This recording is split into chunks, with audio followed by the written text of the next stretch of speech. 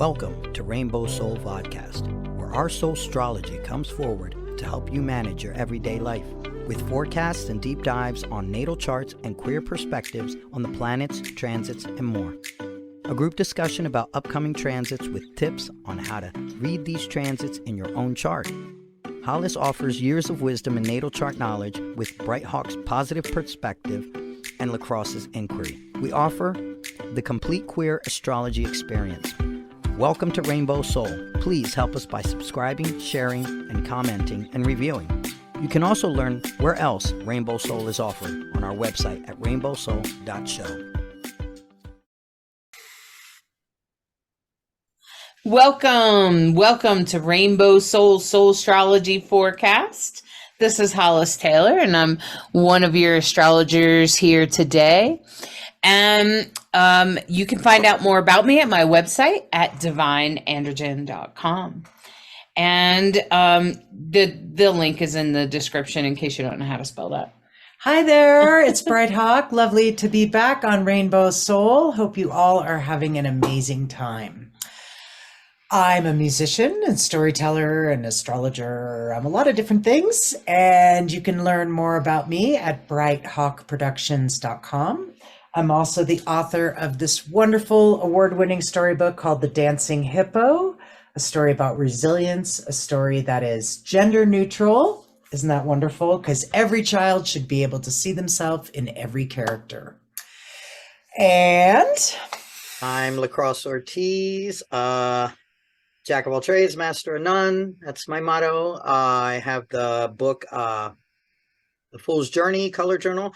You can find me on TikTok, Spotify, because I have a podcast there going through the book, on Facebook and Instagram.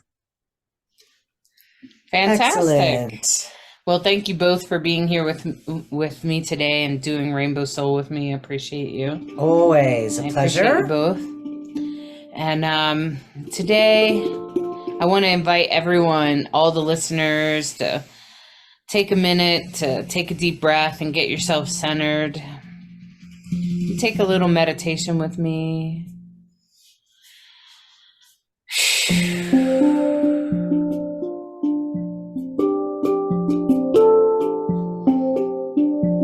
Just take a deep breath and try to get centered in your body.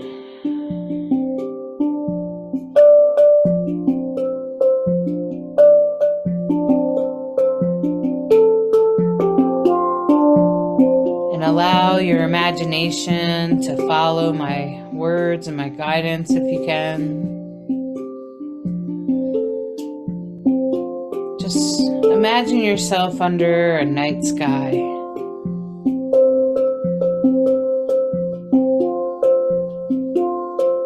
And imagine the beautiful stars and the planets and the moon shining brightly.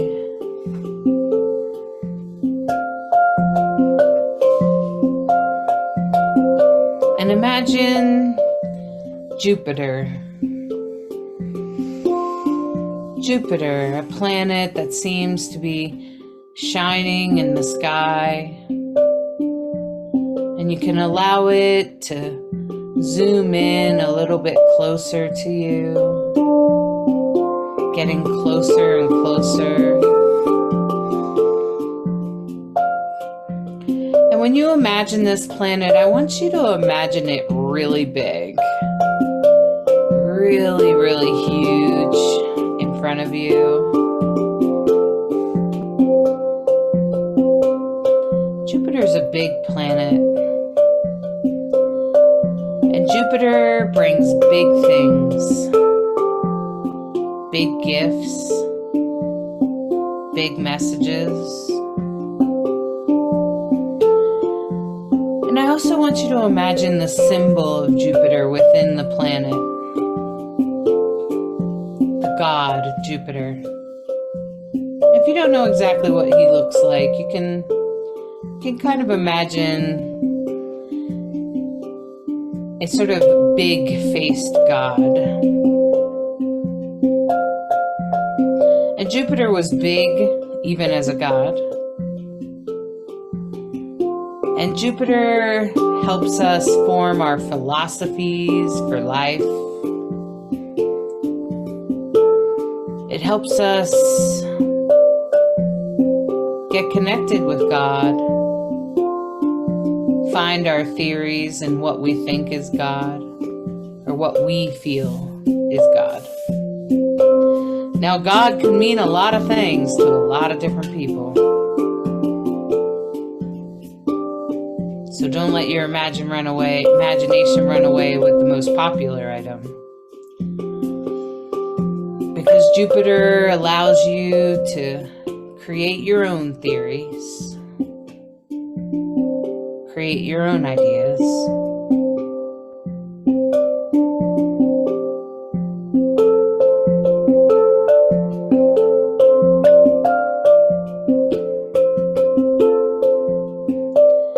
And as you feel Jupiter big and large in front of you, I want you to recognize how big that concept is of God, of spirit, of the universe.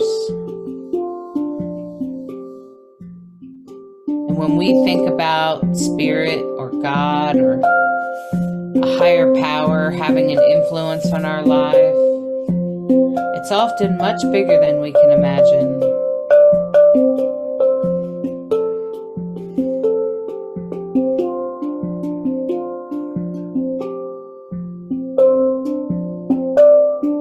Jupiter can bring luck and expansion. Because when we think of spirit or the universe, we have to embody that expansive thinking, bigger thinking, wider thinking.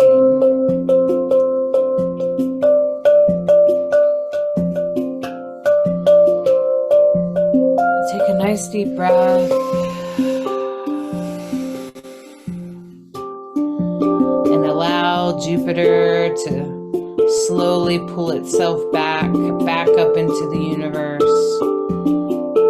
And as you look at the universe with Jupiter going back into its space above you,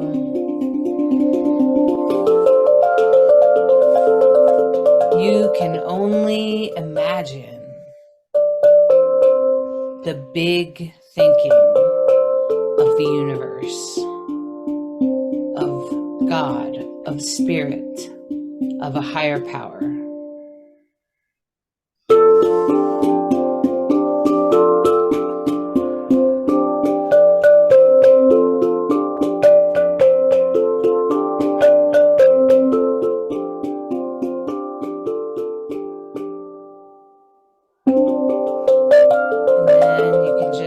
Bring yourself back into your body and recognize your own connection to the divine and how you are God and how God is within you. God is you. You are God. You are a higher power. It is within you, I promise. You are a perfect reflection and creation of the universe, and it is within you to bring your portion of the divine message forward.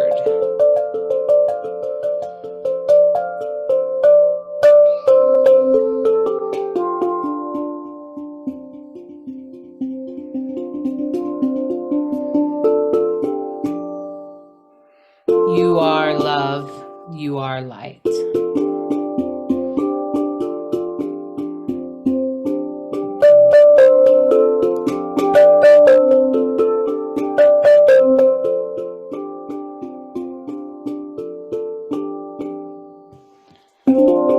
And as you come back into your body, take a few deep breaths. Wiggle your toes, stretch your fingers, come back into your present here and now.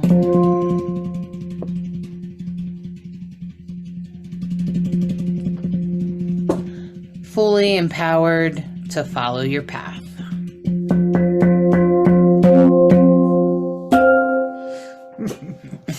Well done, Bright Hawk. Good job. Always a pleasure. Wonderful. What does your Aunt Jane's always say? You play that tin can good. You sure do play that tin can good. That's my favorite compliment. That's what just came to me. That's funny. Yeah. She's funny. Well, I just thought we would focus on Jupiter, because if you're not feeling Jupiter right now, you might want to do a little meditation or something, because Jupiter is all over the place right now. Jupiter is around. Jupiter moved into Taurus a couple of days ago, or last week, according to this. So let's take a look. Let's take a look at the astrology. And now you guys have a good feel for what Jupiter is all about, right? Big. It's big. I'll tell you what, anything it's near or in, it makes that bigger. Okay. And that, like, if you could just always remember that about Jupiter, it just always makes everything bigger. Oops.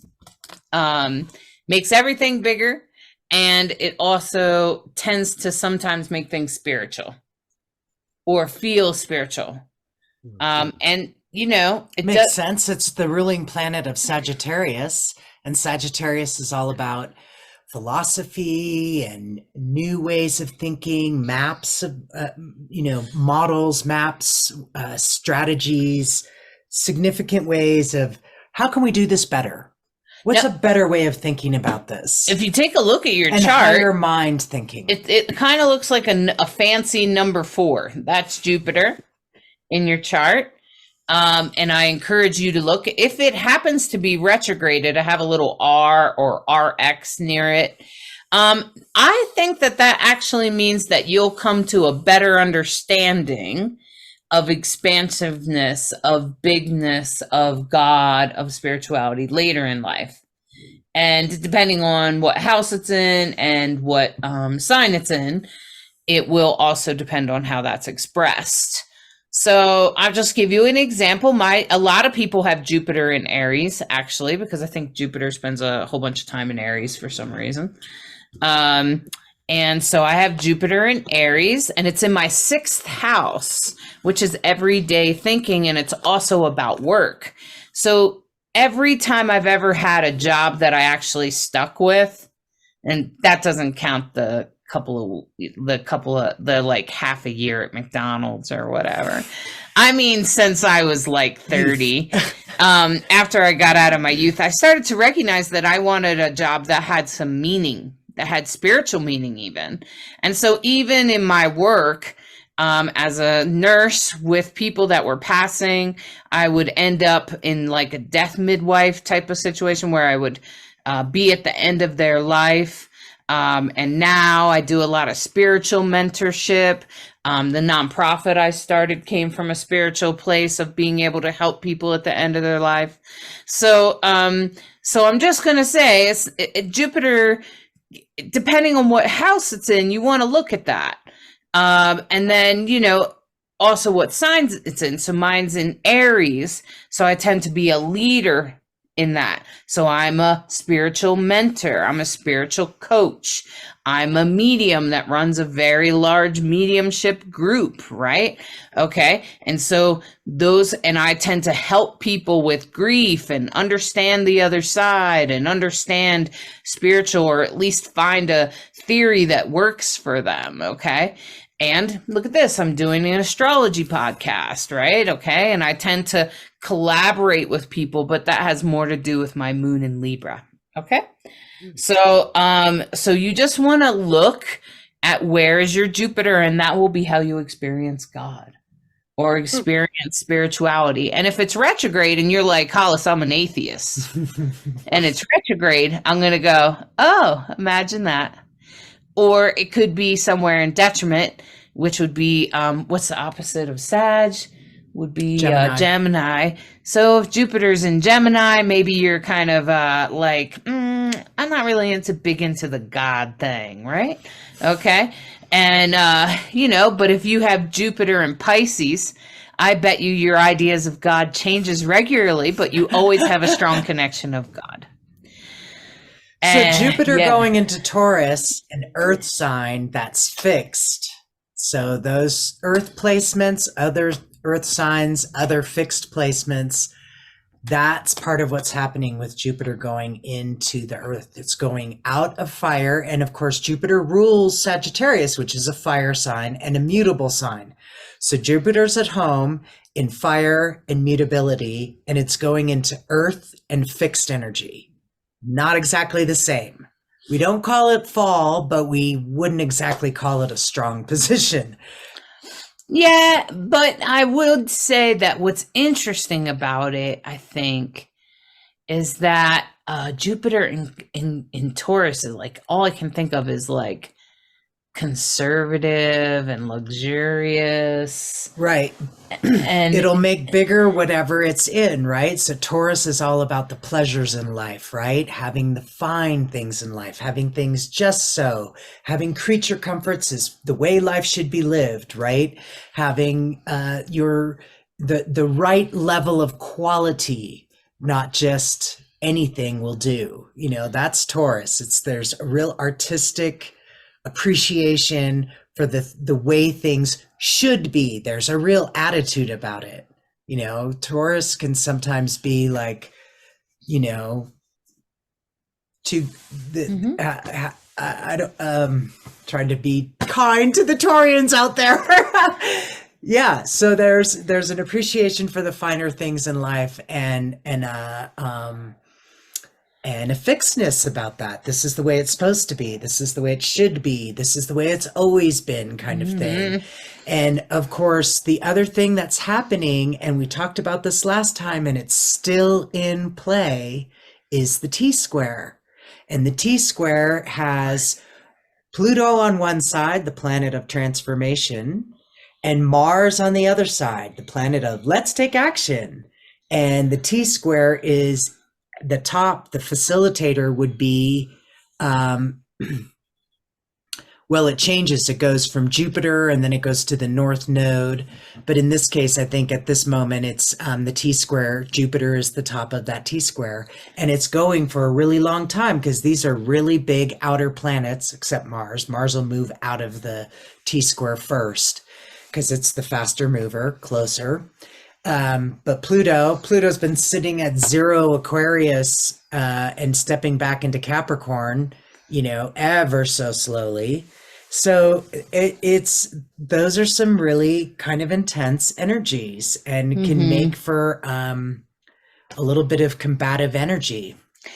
Yeah, a little bit because of the opposition and that Grand Cross and the T-square. There's several T-squares actually all at the same time. Right, plus a mystic rectangle. Right. I see the mystic rectangle there, but the T-squares, just going to say that Jupiter's in opposition to the South Node and it's in Taurus.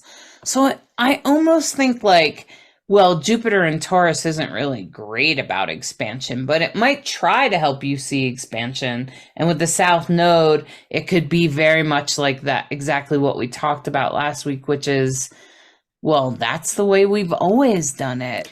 Right. And the fact that it's the South Node, this is finishing up the whatever came in with the eclipse, whatever you learned during the eclipses. The eclipse energy always is about the luminaries, the North and South Node. So Jupiter being opposite the South Node is definitely what did we learn? How did we change as a result of what did we learn? And Mars is trying to move out of its opposition with Pluto this week. It is trying to get out of there. Eventually, Mars it's got 3 more degrees to go to get out of what we would call an orb. And Venus is moving into it though.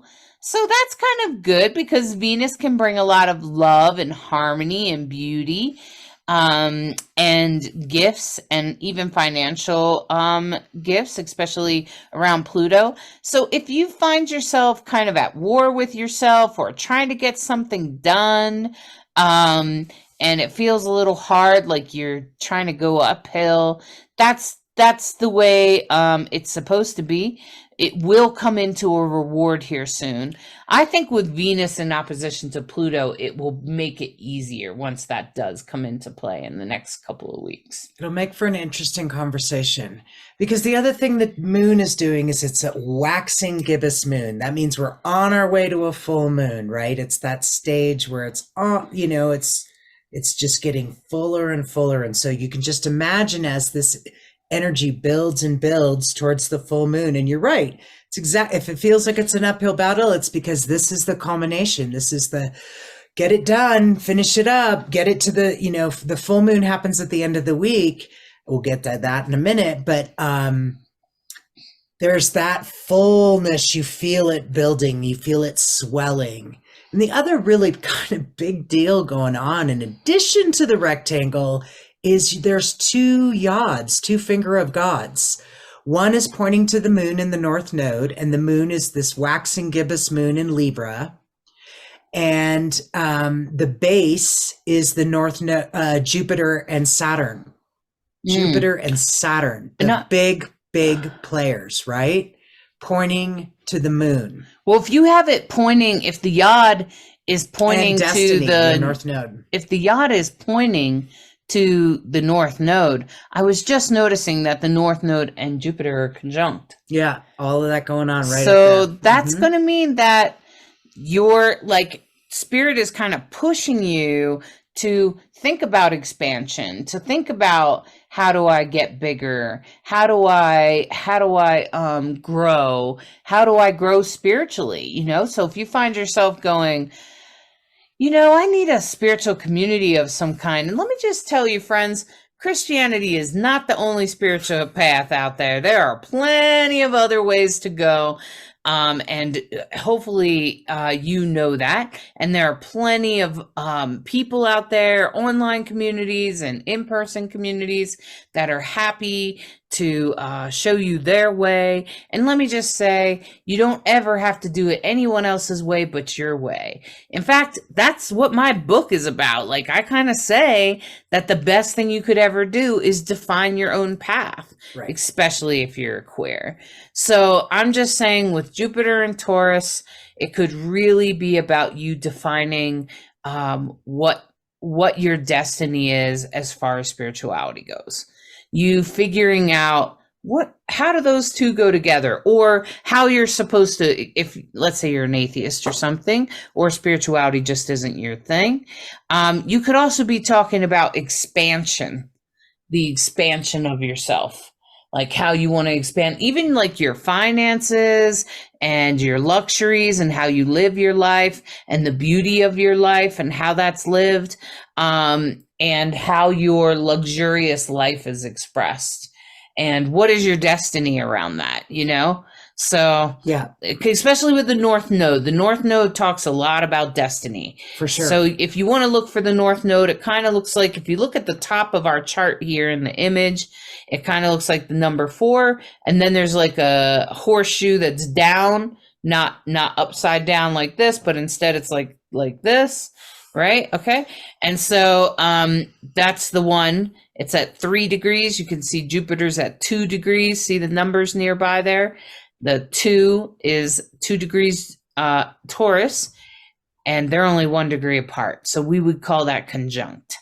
And North Node that's where you got to go. It's always in opposition to the South Node down there in Scorpio. See it down at the bottom?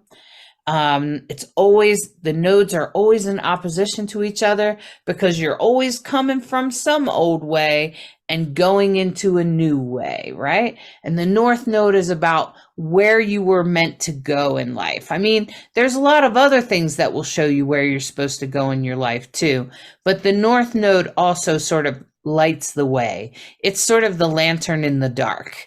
So if you're ever in the dark and you don't know where you're supposed to go, contemplate your North Node placement. There you go. So the second finger of God, and this are super faded energies. This is pointing the way, and it's pointing at Saturn, which is all about structure. Saturn moved into Pisces at the beginning of the month. And it's slowly starting to pick up speed in Saturn. And the base of the second finger of God, the second yod, is Moon and Mars. So again, Mars being the planet of action, Moon being your emotional feelings, and pointing at Saturn. So how do we feel about the actions we're taking, about our structure? What's your structure? Is it everything it needs to be for you to do your work in the world? What do you need to adjust? What do you need to take responsibility for? Is there anything you're avoiding, and the moon is speaking to your emotional body about, I've been really feeling strongly about something. So, and then Mars is going to be, let's go. So tempering how you feel with what you're doing and what the structure is, right? Mm-hmm. Yeah, I was just thinking about pointing to Saturn with the moon and Mars at the base. Mm-hmm. And I was thinking, well, Saturn is all about rebuilding, like with water. So think about the way water builds with like sand and dirt and rocks, and how it kind of pushes things up and creates walls and creates structures this way. And so I'm thinking about also, it could be a buildup of things. It could be a buildup, especially emotional things. Maybe you've been not in the best regards with people or something like that, and it could push you towards a rebuild, or pushing you towards a revamping of things. Yeah. Pretty big. So you could find yourself very destined, and with that mystic rectangle in the middle there, that's that big blue rectangle that you can kind of make out there. Yeah, that's a mystic rectangle. It tends to set a destiny, or set a spiritual meaning. And with 2 yods and Pluto's movements and the mystic rectangle, Neptune involved in that mystic rectangle, the moon involved in that mystic rectangle, well, then it's going to be some sort of spiritual expression, or some sort of consciousness thing, some sort of meaning in your life, some sort of thing that you have to do that brings meaning to your world. So if you find that, in the early part of the week, in the end of last week, and the early part of this week, that you're feeling that way, well, that's that mystic rectangle pulling you towards your destiny, pulling you towards your spiritual meaning in life. I think we all have one, even atheists. I think theirs is to say, I'm an atheist. I don't believe in jack shit. Right? Yeah, I think that's what they're supposed to do. I think they're supposed to make us all question. Just doesn't matter what path you are on, whatever suits you. I think that's what you're supposed to be doing. Oh, I wanted to add to the Jupiter conversation that Jupiter, of course, was represented in Greek mythology as Zeus. So it really is the god figure. It really is the astrological god figure in astrology. Mm-hmm. The big energy.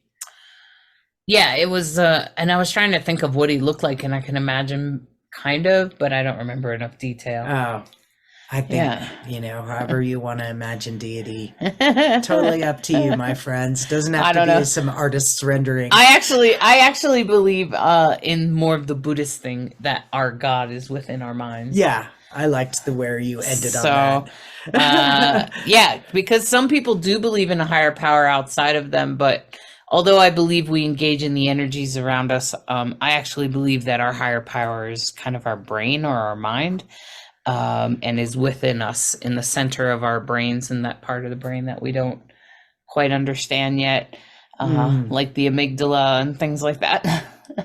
Secrets of the pineal. Yeah. And I think, and lacrosse, I think some atheists also can get on board with that. They're kind of like, yeah, I could see that. Yeah, 100%. Like I wanted to say about the atheism, since I'm an atheist. In other words, I believe in my atheism, it takes accountability off of everything else on the outside and brings it back to me. So that's where I look at it. Like, there's no motive of anything after this. So I don't do it because I think, oh, I'm going to get brownie points in the heaven, or I'm going to get Hell Express. In other words, there's no motive. Everything I'm doing for myself and the betterment of myself. You know, kind of like that. Yeah. Yeah, it's a weird thing to me to think about an afterlife that is separated. Yeah. Like, I feel like there is an afterlife for me, but I just think we all go to the same place, and some people are heavier and some people are lighter, and that we're all trying to become an evolved soul. We're all trying to be like Martin Luther King or Mahatma Gandhi or something like that. Oh, 100%. Yeah. And we have to probably come back a couple hundred times to get there. So, well, energy is always recycled. It just keeps going and going. And that's how I look at the soul. It's just energy. So it's going to keep cycling till we get it right. Exactly. Until we get it right. And then if we become an ascended master, let's say like Martin Luther King or Mahatma Gandhi, then that's when you know, maybe our soul mostly exists on the other side, and maybe reaches back to the people that are here on Earth and tries to help them. That's kind of how I feel about it, but that's just my, you know, I'm a medium. So that's the beauty of Rainbow Soul. We can all have a different, you know, spiritual journey, and respect it and honor it, and realize there is no right or wrong. There's just your path, my path, their path, you know. Right. That's exactly. Cool, I think it's like the rainbow. You have to have all the things. And I believe in the rainbow. I firmly believe that all the colors of the rainbow belong. Yeah, absolutely. So, all right. So if we move on to Tuesday, you know, I was looking at this chart and I was like, well, we still have that like sort of Grand Cross thing going on with Pluto. And now Venus is going to start getting into play here, and Jupiter in the North Node and the South Node, right? Okay, so we still have that big red cross there you can kind of see. And then there's also an opposition between Neptune and Ceres that's been going on for a long time. So I'm just going to say, if you're a psychic and you're having any trouble with your psychic readings, go back to taking care of yourself and it will automatically get better. Okay. Yeah. The Ceres asks you to self-nurture. Okay. So I know there's a lot of psychics listening to this podcast. And so, or if you're trying to develop your ability to speak to your loved one on the other side, or develop your skills as a medium, take care of yourself. Do as much self-care as possible, and your abilities will get, your third eye will get stronger. Okay, that's how it works. And then the other thing that I noticed here was the inconjunct. And I don't know if you mention it, Bright Hawk, but the moon is inconjunct Mercury there. And usually you might have a hard time. Inconjunct usually means it's kind of a hard to solve problem. It's hard to find a solution to it. So your emotions, you may have a hard time communicating your emotions or doing readings on this day. So especially if you speak them or write them, just because of that inconjunct. But it won't last very long. It'll be, you know, if you just wait till the next day or like a little bit later in the day, the moon moves really fast. So yep, new sign every couple of days. Right. So when the moon is in the last part of Libra, it's called a void moon. So it means it's less strong. And the moon is that at the end of the day it's going to do that? Because here it's at 13. So I guess it'll move probably at the end of 10 degrees during the day. Yeah, because the sun is at 9 degrees. And so it's past the degrees of the sun. Oh, I see. Okay. So the cradle, again, what you just said is we're back to, you got to take care of yourself. You got to be paying attention to your daily practice. The moon is opposite Chiron. It's a cradle, so that means it's holding you There's a sextile to Lilith and a trine to Juno. So those are take care of yourself, really. Honor your It'll- commitments too. yeah. And by doing that, honoring yourself, honoring your commitments, honoring what you know is important, then you will be taken care of, kind of that kind of held energy, right? So, And sex with the sextile to Lilith, I would imagine that may also have to do with like finding your independence and figuring out who you are. So take some time to really sit with yourself and be with yourself that day. Maybe spend a little extra time with your loved ones on Tuesday. Just to help take advantage of that trine to Juno. Juno is about commitments, especially marriages and other commitments, any kind of commitments, even if it's just a friend or something like that. A commitment's a commitment. And so try to honor your commitments. Juno is the queen of heaven. She's Jupiter's wife, really. So we've been talking a lot about Jupiter, king of heaven, really, in that story. And so she's very much about loyalty. Yeah. So, spend a little time with that on that day. And here, this is Wednesday. And we're back to T-squares. Well, what I noticed is going to change on this day is that Saturn is going to be in conjunct Mars. So that could mean a little bit of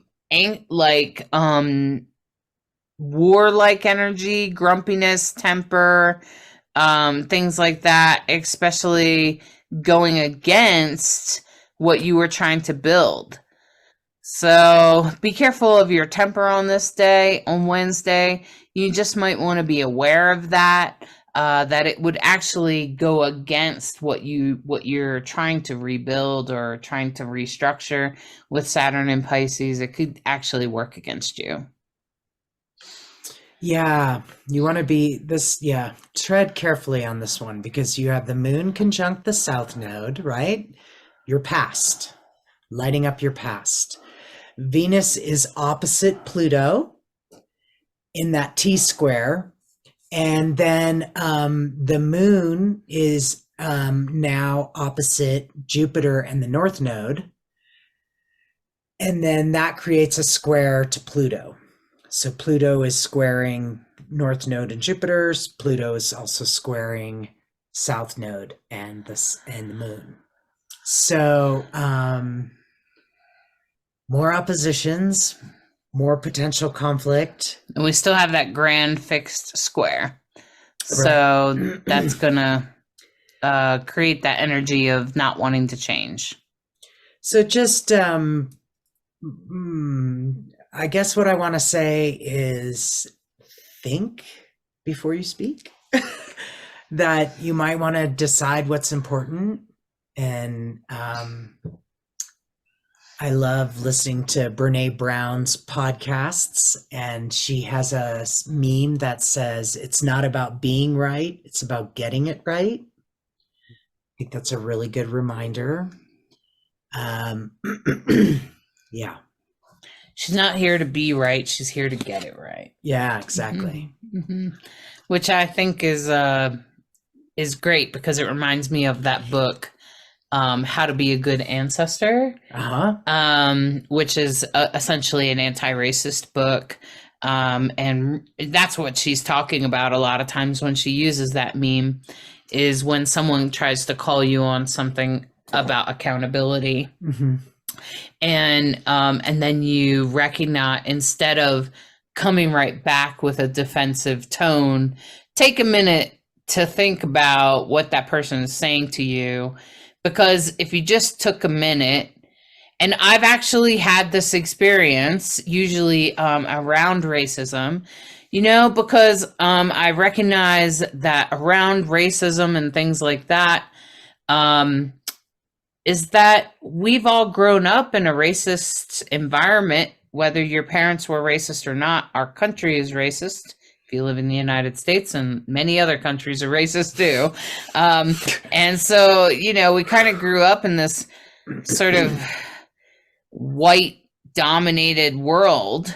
And so if you just take a minute to back up and instead of taking it personally, instead recognize that this is what you've walked through, and what this person is actually asking you to do is to help unwind that, to be part of something that's better. They're not necessarily saying you are racist, but they're saying maybe your behavior might be racist, and maybe you learned it and you don't even recognize what you're doing. And that's unfortunate. And that happens also with gay people, transgender people. I know I've called people on pronouns, and for fuck's sake, we got to spend 15 minutes listening to them tell me why they can't change their wording and their languaging, right? And I don't want to hear it. Yeah. Be part of the great tomorrow, or STFU, and get out of my face. I just don't have time for it. I don't want to, if I correct you on your pronoun, just accept the correction and let's move on, or don't say anything and sit with it for a while or whatever. But I don't want to have to sit there and listen to you for 15 minutes tell me why you can't change your language. Yeah, well, you know what?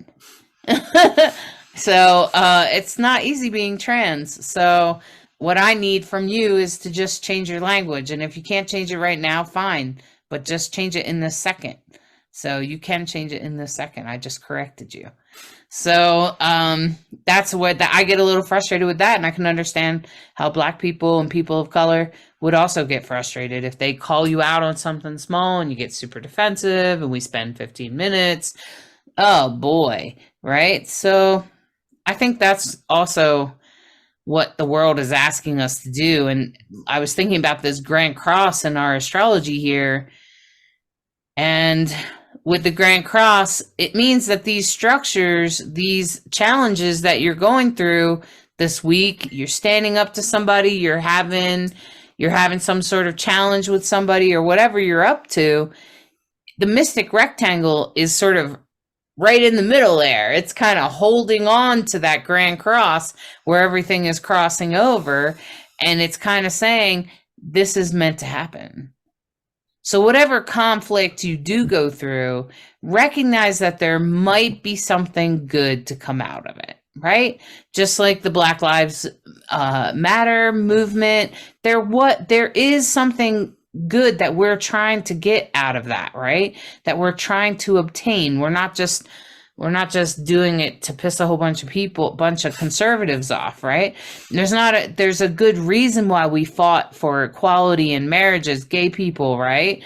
Because we wanted to obtain something that was more equal and more inclusive for everyone. So think about what the bigger picture is before you react to something going on in your conflict, especially this week. Take a minute to just excuse me. Wow. So just take a minute to contemplate what that conflict might be in the bigger picture. Yeah. All right. That's Wednesday, right? And now we're on Thursday, June 1st. Woohoo, June. Wow, really? Already. These 6 months flew. Yeah. I'm telling you, wow. We have done all right. We have done it. And we're still, you can see that Grand Cross is getting darker. And remember what I tell you guys, in my chart, when it gets darker like that, that means it's getting stronger. It's more aligned. The orb is smaller. Therefore, it's coming into whatever it's supposed to be. So this is June 1st. So whatever conflict or whatever is supposed to come on is probably happening at this point, and it's probably, sending you over the top. But like I said, try to sit in meditation, try to figure out what the big picture is. Yeah, the moon's going to be in Scorpio. Oh boy. Okay, well, that could be good. Yeah, because it could be very spiritually insightful and intuitive. Again, the moon is with the south node and it's opposing Jupiter and the north node. and it's a square to Mars, so it's a T square. And it's also the Mercury is also involved, and a T square to Pallas Athena, because you have Pallas Athena and Mars all there clustered together, with Pallas Athena. It's pretty tight orb. Yeah. 3, 6, 12. Yeah. Yeah. So amplified female energy is what I'm gonna say. And Especially female warrior energy. that's what I would, yeah. Yeah, sorry. Don't piss her off, okay? Whoever she is. That's what I would say there. Oh boy. Yeah, it's kind of what it feels like. I'm just saying. Yeah, don't get, yeah, careful. Yeah, that feels just like careful. This just feels like careful. Try to go slow. Take some time to That's a good meditate. idea. Cash in on Deep that breathing. moon in Scorpio. That moon in Scorpio will help you get in touch with the root of things. It will help you find the emotional root, maybe, of your conflict and help you resolve it. Hopefully help you find a more emotionally intelligent way to approach things. I mean, that Scorpio tends to get to the root of things. So, For sure. and if you have any strong Scorpio placements, the moon there is gonna be stronger. Yeah, and we're almost to the full moon, right? Right. And Almost. Friday the moon is still in Scorpio. So Mhm. yeah, but whew, look at that cross. Yeah, boy. That Grand Cross is going to finally come into completion there. You can see the red cross going across there. Plus, look at the way Neptune is still crossing that. And the moon is also in a cross to, what's that, Uranus? Mhm. Directly across there, Uranus and probably Mercury too. Yeah, I'd be real careful about what you say, especially with moon in Scorpio. Scorpio knows how to strike. Knows how to say just the right thing to really make it hurt. So be aware of the moon in Scorpio, especially across from Uranus and Mercury. Definitely Uranus there. Whew. Uranus is like a lightning strike, and this is where the Grand Cross is really going to come into completion. Uranus It's is going to be at its peak. Uranus is the unexpected. Yeah. But on the positive, let us not forget there's a grand trine with the moon, Venus, and Neptune. So very watery, and that's why it's a grand trine. All the signs are in water. And so it could be very emotional. There could be waterworks. There could be a positive breakthrough. It could go kind of any which way because the way it's lined up, and it really, really would depend on what some of your placements are. Yeah, But and everybody's going to be experiencing a watery grand trine. yeah, and I'm going to just say that it's, like I said before, is that it's meant to teach something bigger. It's meant to happen. This Grand Cross is meant to bring some bigger messages in. It's meant to point you in a certain direction. It's meant to shove you out of that relationship you're not supposed to be in. It's meant to make you walk away from that whatever that you're not supposed to be part of, that job or whatever it is, okay? And so if you find that happening, just know that even though it might feel scary and it might feel hard, we can do hard things and we can walk through this, and know that on the other side, there's something else that Spirit has planned for you, something else the universe has planned for you that it's trying to push you towards. And if you don't get this thing out of the way, well, you'll never get to the next thing. So, sometimes that's got to happen.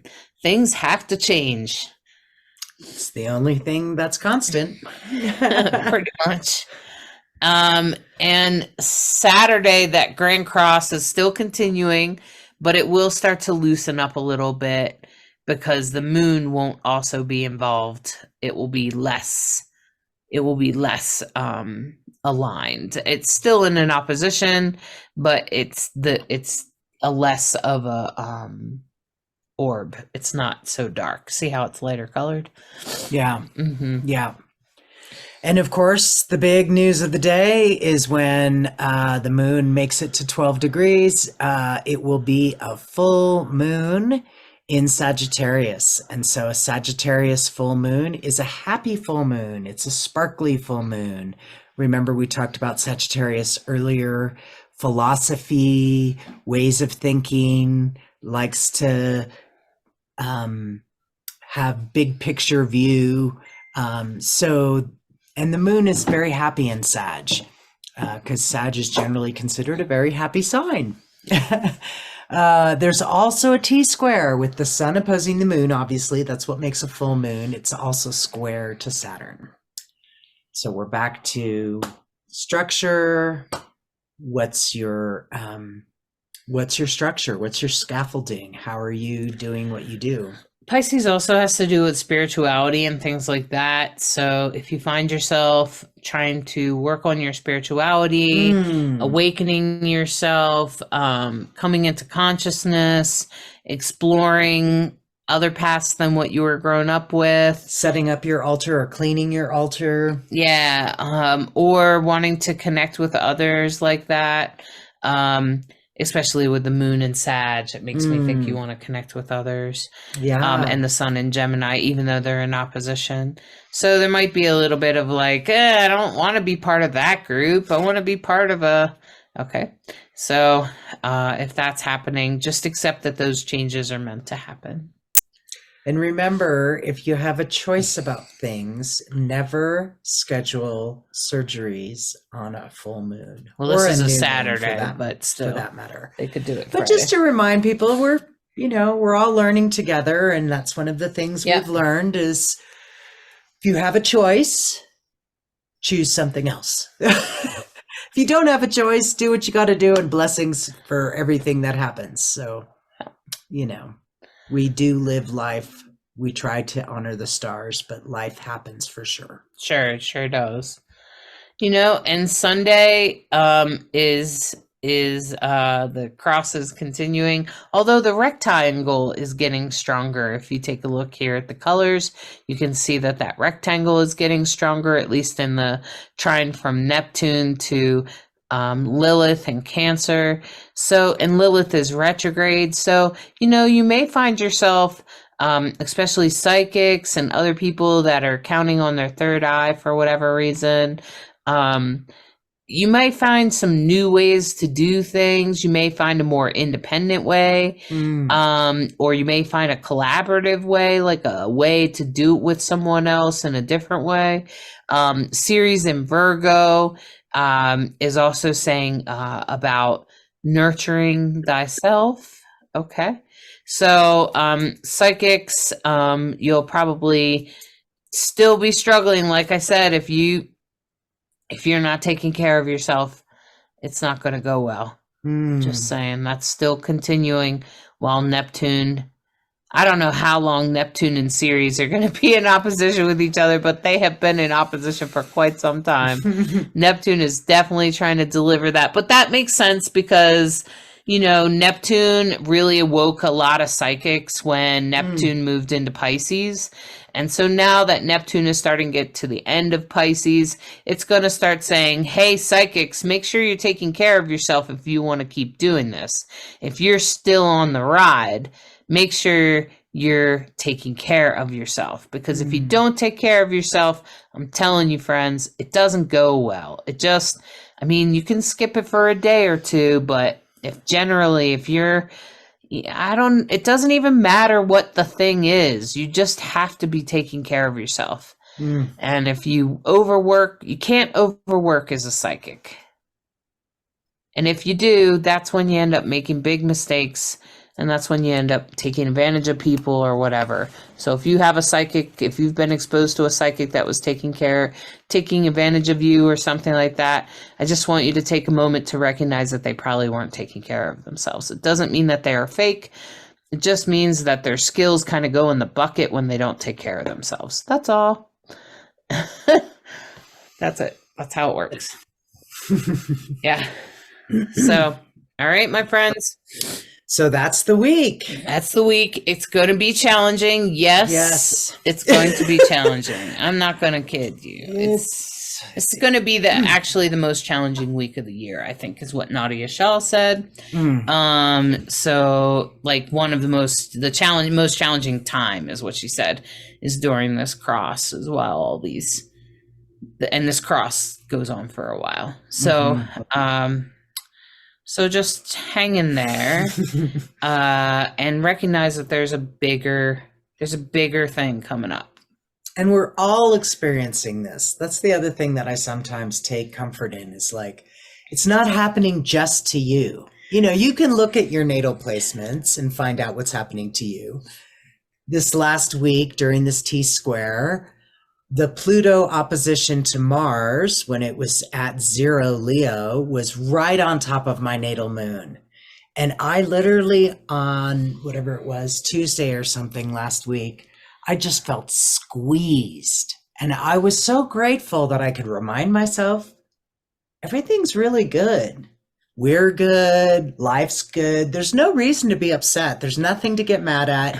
You don't need to make up a reason and try to breathe.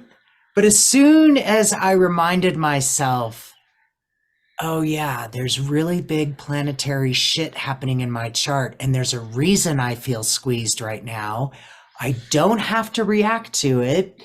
And it's really good for me to be mindful of it, because then it's not running me. Then it's not that thing that's going to pop out when you're like, oh, shoot.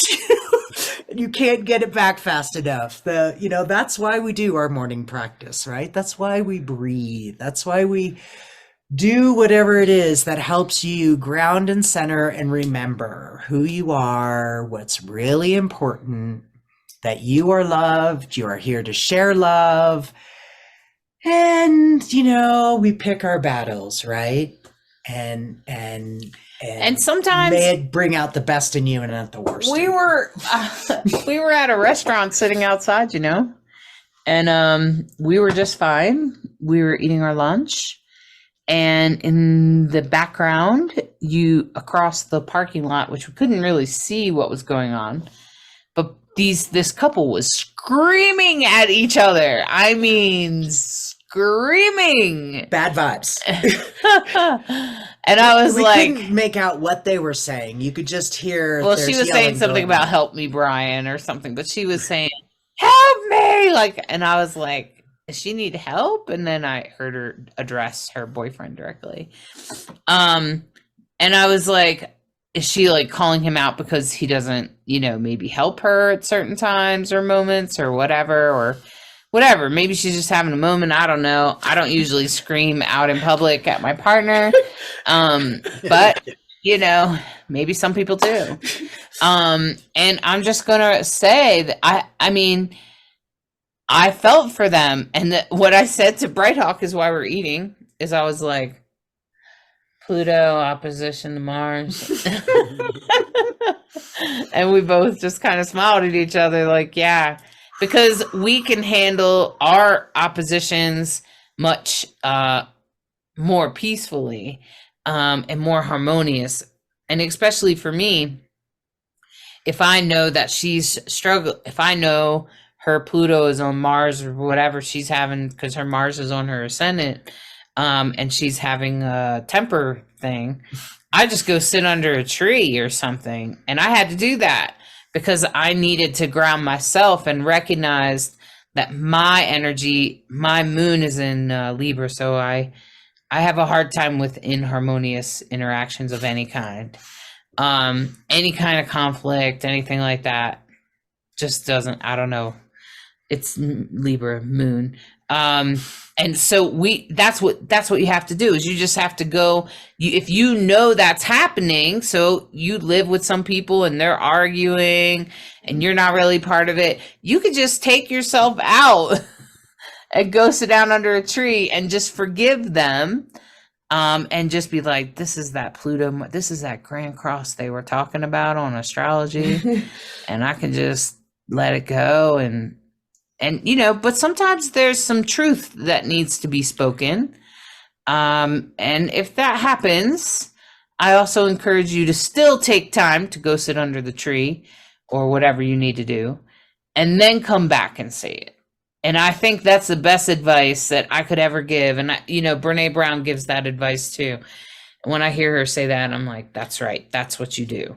She says, when I get triggered, no texting, no talking, no emailing until my frontal lobe, the frontal part of our brain, our rational brain, comes back online.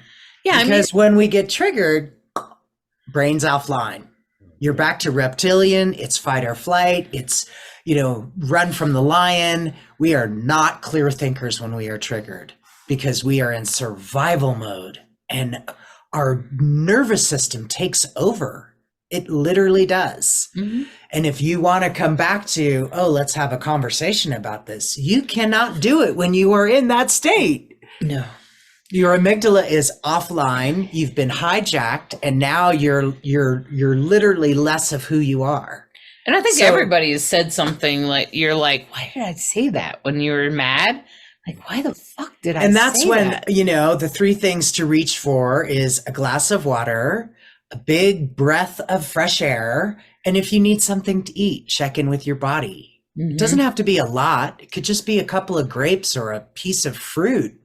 But amazing how many times any one of those 3 things will. I like to sit Indian style. 36. That's what I was just going to say. 30-second sitting Indian style is proven to reset your vagus nerve. And that's what you need to do. So for some of us fight. Some of us don't. Some of us shut down. And that's what I do. I just shut down. Fight, flight, or freeze. And I was actually looking at some new research about other trauma responses, and one of them is to like give up or give in or cry and attach. Those are 2 of the new ones. So it's like cry and they over attach to somebody, like you cry out for help. And so those are the people that do the pity parties. You've seen those. And then also the people, I tend to give up and shut down and just let whoever's fighting have their way, because I don't want to fight. I don't want the conflict, and I'll avoid it at all costs. That's Libra at its best. That's just what Libra does. And so we'll avoid the fuck out of it until we finally lose our temper. And I think that's what I'll do is I'll shut down and give up. I'll just give in, give up, and never speak my truth. And that's not great, because then you add those little, you could see it like a little bubble of disappointment or discontent of some kind, and you're putting it together, and eventually you have too many bubbles, and those bubbles are going to pop one big bubble, right? And that's usually what ends up happening. So I want to encourage you that if you're one of those people that shuts down, maybe you run away, maybe you just disengage completely, that it's okay to disengage for a little while. You'll find that easy. That's the easy part. The hard part will be coming back to it and saying, hey, I understand that you had a bad temper today, but you can't speak to me that way. I can't allow you to speak to me that way. And I've had to walk away from people that have talked to me in a way that I can't tolerate. So, you have to hold some boundaries about that, my friends. So I just want to say that that's usually what happens to Libras and people that shut down, is people talk to us like crap. And we don't fight it. We just let it happen. And then eventually we lose our shit. Yeah. And I think everybody's had that experience. A lot of people have had that experience. So, just recognize that everybody responds differently to trauma. And when you're responding, if you're triggered, if you find yourself shaking, you find your heart beating fast, you find yourself breathing short or your brain is racing, your mind is racing, you're probably triggered. For sure. Yeah. Okay. And so then that's the moment that you need to go sit and be quiet and just try to reset that nerve. Okay. Reset yourself. Yeah. What did they call it? Regulate. Regulate. Yeah. Self-regulate. Self-regulate. I thought it like was that word. interesting that some therapist, Brene Brown, said that most of his clients come to see him because they wanted to be around someone that could self-regulate. Oh, it was a quote about a professor, and he said most of his office hours, he concluded people were coming to see him because he was a regulated nervous system. His heart and mind are regulated. And you feel when you're in the presence of someone whose heart and mind are regulated. Yeah. And you also feel the opposite when somebody feels literally off their rocker. We have lots of euphemisms for it. And that's what's going on. There's literally no coherence. And in our society that is so barrage, high stress on everyone all the time, it's almost impossible to be regulated without a lot of conscious practice. Right.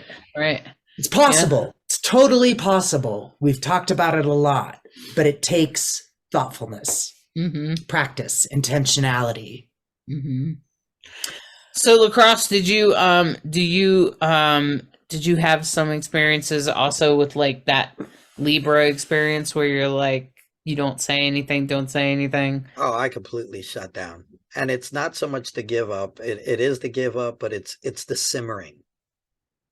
I'll do the simmering. And then I'll just put it in my pocket. Okay, you said that. I'll put that in my pocket. Okay, keep talking, because eventually the scales are going to flip. They're going to. So, and I think that's the one thing about a Libra. We can literally go, we can completely shut down, or we can go the complete opposite way and have a blow up, because it depends on the situation, the circumstance. If it's constant, that antagonizing, because we don't like like you're saying, I don't like not having harmony. I don't like contention all the time. It's too much for me. And, and I'll take and take and take just for the sake of peace, even if I'm wrong, because, for the sake of peace, it doesn't matter who's right or wrong. You just want peace. So unless it comes to also, since we are justice, if it is something that is too unjust and too far, that's when we will lash out. So, and I noticed once Libras are done. Oh, done. They're done. Yeah. It's over. Yeah. That's it. Libras are not going to probably go back. Yeah, you could keep putting on that side of the scale, but we are here, and there is no way you're going to balance it back out. It doesn't. It's sort of like once the ruling has gone through that's it. Court, that's it. That's it. Yeah. It's final ruling. It's a final ruling. Very much the justice. We're not likely to go back to our ex. No. No. But some people do. Some people have a hard time. They go back to the same abusive person again and again and again. And I know as a Libra moon, I don't do that. And I think that's what it is.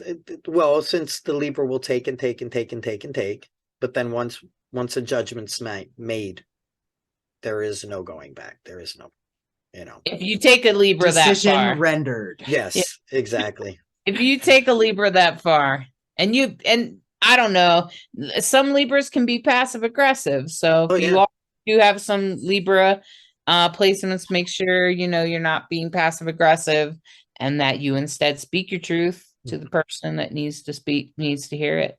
Yeah. That's important. Absolutely. And we're still in the season of the deer. The deer. We saw. I'm sorry.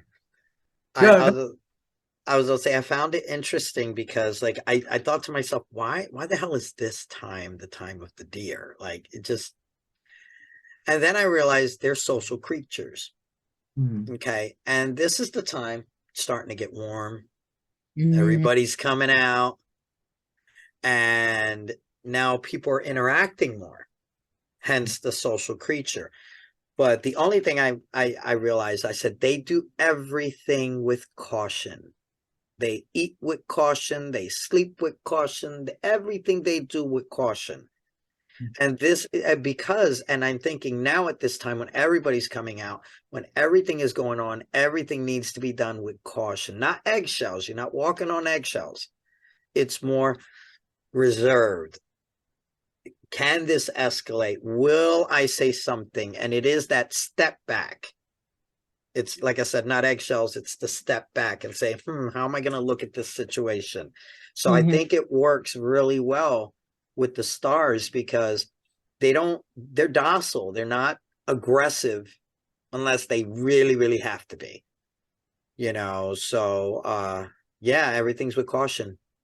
So Interesting. just be careful, back up before you blow up. Go slow, go slow. Yeah. Yeah. I try to go slow. I get it. Yeah.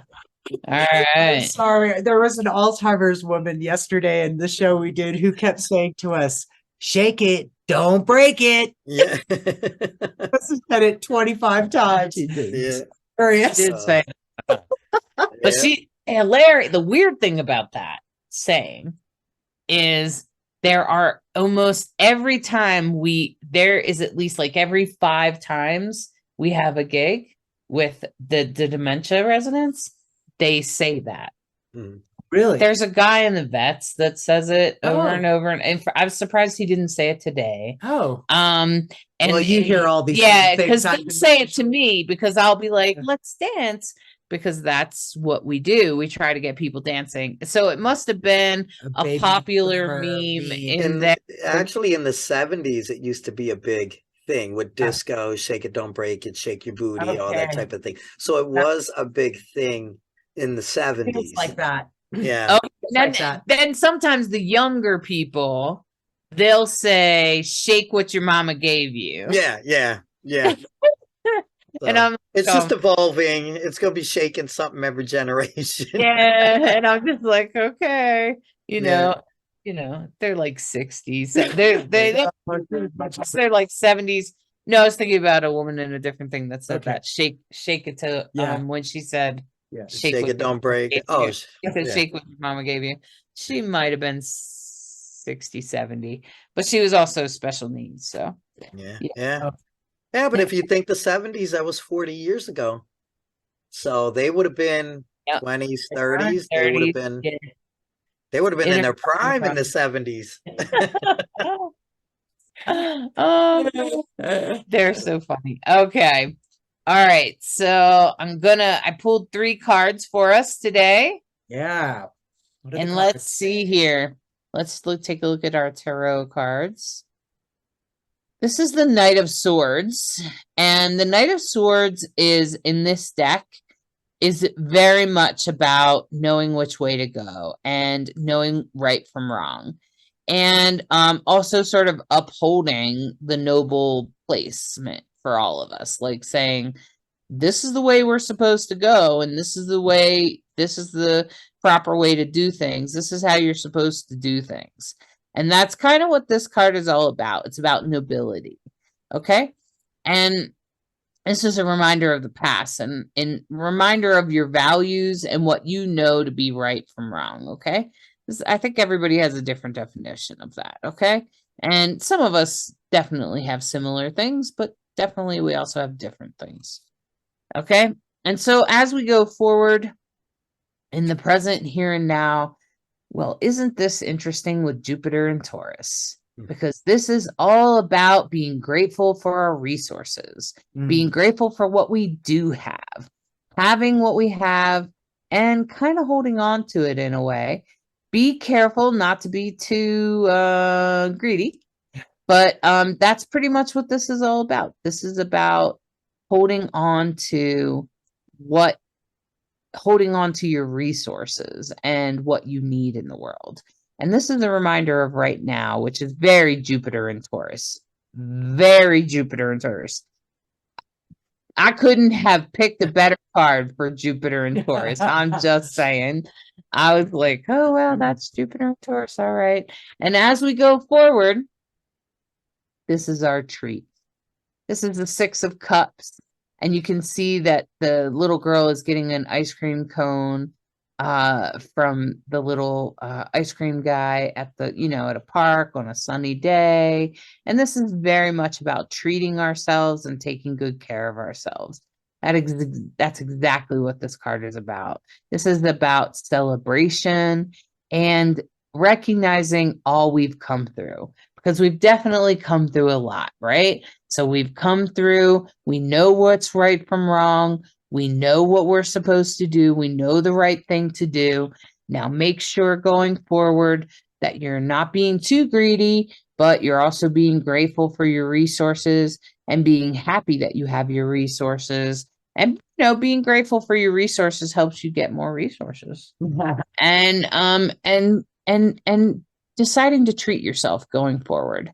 Make sure you get those little treats. A lot of us, my dad used to say, pay yourself first. So every paycheck he would get, he would pay himself first, even if it was something small, even if it was just a cup of coffee, or he liked to play the lotto, so he would get a lottery ticket or something like that. So honoring him, I would say, just treat yourself first. Make sure you get yourself something. And all those resources you have, they're no good if you don't treat yourself. What's the point? Yeah. Yeah. 100%. What's the point of having it? You can't take it with you. That's right. It can't go in the ground with you. No, not at all. You can leave some to your kids maybe, but don't worry, it's good for them to earn their own. That's where I'm at. Yep, that's where I'm at. I'm going to use it all up while I'm here. Right. I worked for it. No. Yeah, and hopefully they'll work for it too. Exactly. Yep. Yeah, and working for it, there's nothing to be ashamed of that. That's definitely, I think it's a value. I think working for the resources that you have is an excellent it's an excellent value. Yeah. I think there's a lot to be learned with working for what you got. Yeah. So. Yeah. So my friends, make sure you like, subscribe, comment, reach out to us. We love hearing from you. I know we got a bunch of listeners. Our listeners are slowly increasing, but they are increasing. Thank you. And so I'm grateful to be seeing that. And I just want to say thank you, my friends. Thank you for listening. Please subscribe. Please share it on your page or like or whatever you need to do, and spread the word about us. Okay. Thanks so much. We wish you a great week. I hope you surf it beautifully, and we look forward to seeing you next week. All right. All right. Bye. Bye-bye. Bye-bye. Thank you for listening to this week's Soulstrology and subscribing, liking, sharing, and reviewing. We hope you enjoy this dose of Soulstrology and encourage you to embrace the week ahead with an open mind and heart so that you may integrate the deepest of lessons from the stars. Take a moment to step outside and honor the planets, stars, and moon in the sky with your heart. Integrate the messages that resonate and leave the rest for someone else. We deeply appreciate each and every one of you. Always remember that you are a perfectly unique human with an exclusive star map of your destiny, your soul purpose, and your heart's desire. Thank you again for tuning in to Rainbow Soul.